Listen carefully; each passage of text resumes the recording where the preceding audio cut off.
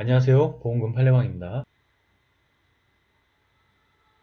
조현병으로 투신하였다면 다면적 인성검사 MMPI 결과 미고지는 고지 의무 위반이 아니므로 자살 사망보험금은 지급되는지 여부에 대하여 금감원 제2011-18호 토대로 면밀히 이 사건을 들여다보겠습니다. 우선 사실관계에 의하면 피보험자 만인은 2008년경 상해사망보험을 가입하였고 보험가입 전 MMPI 검사 결과 주치의와 면담하였습니다. 보험가입 후 갑자기 불안 증세가 있었으며 점차 조현병 증상이 심각해지고 끝내 자택 아파트에서 투신하였습니다.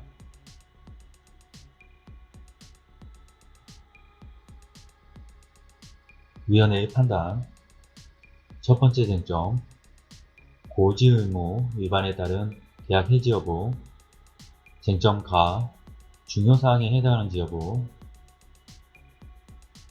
대법원 판례에 따르면 고지 의무의 중요한 사항은 객관적으로 보험회사가 그 사실을 안다면 계약을 체결하지 아니하든가 또는 조건부로 계약을 체결하였다고 평가되는 사항을 의미하며 청약서상 질문사항도 이에 포함됩니다. 이러한 관점에서 보건대 최근 5년 내 정밀검사 및 7일 이상 치료 또는 30일 이상 투약 이러한 내용이 문제가 되는데 다면적 인성검사 MMPI를 받은 사실이 위 청약서상 질문사항인 정밀검사에 포함되는지 여부에 대하여 당원 전문의 의료자문 내용을 보면 다면적 인성검사 MMPI는 심리검사 중 하나로서 이 검사만으로 정신과적 진단을 내리는 것은 매우 부적절하며 청약서상 질문에서 예시한 정밀검사에 해당하지 않는다라는 소견을 회신하였고 공공기관 및 각 기업체의 인사선발 과정 등 비정신과 영역에서도 널리 사용되는 검사 임점에 비추어 심정도 방사선 검사 등 중요성을 갖는 검사에 해당하지 않습니다. 따라서 고지 의무의 중요한 사항에 해당하지 않습니다.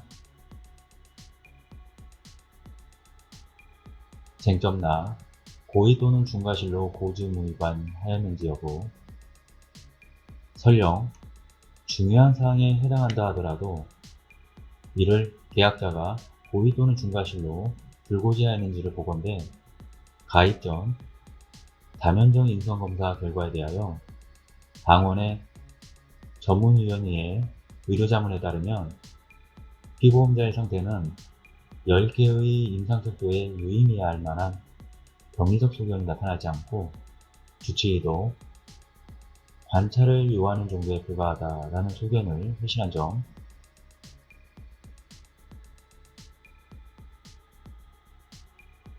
또한 위 검사 결과 이후에 청약서상 질문하고 있는 계속하여 7일 이상 치료 또는 30일 이상 투약을 받은 사실이 없었던 점 세 번째, 보험가입 전 진료기록지상 관찰의 의미는 병명을 진단할 만한 병적 상태를 의미하지 않는 점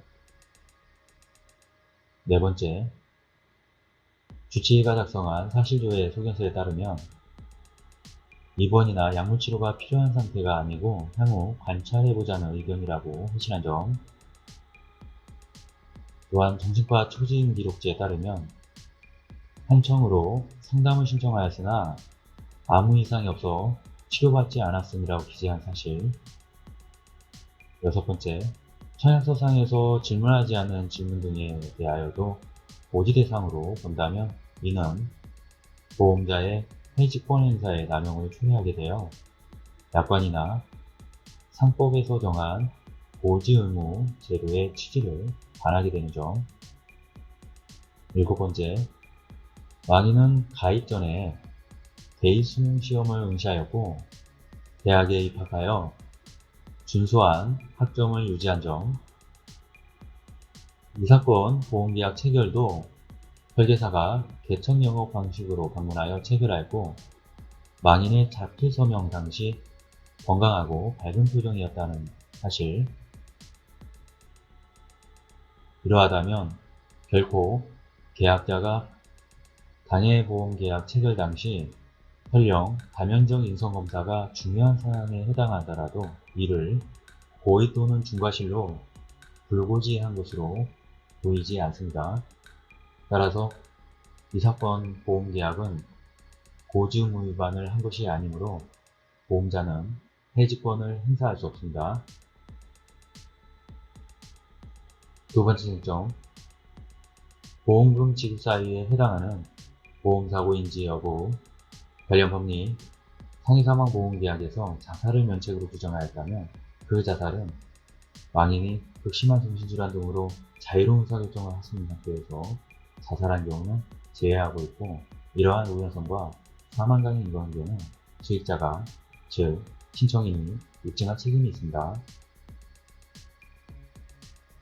아래 사정에 따르면 피보험자는 극심한 정신질환 등으로 자유로운 의사결정을 할 수 있는 상태에서 자신의 목숨을 결단한 것으로 보이므로 피신청인은 상해사망보험금 지급 책임이 있습니다. 첫 번째, 망인은 보험가입 후 심각한 증상들과 조현병 증상이 점차 발현하기 시작한 점. 두 번째, 사망 시점까지 지속적으로 정신과 치료를 받은 점에서 삶의 의지가 강하였다고 보이는 점. 세 번째, 조현병 증상이 심각해지기 시작한 시점부터 점차 학점이 하위 수준으로 떨어진 점. 네 번째, 자해나 자살사고 때문에 담당 의사가 입원 치료를 권유한 점. 의무기록지에 따르면 계속 이상한 행동을 하므로 모친이 입원을 원하고 있었던 점.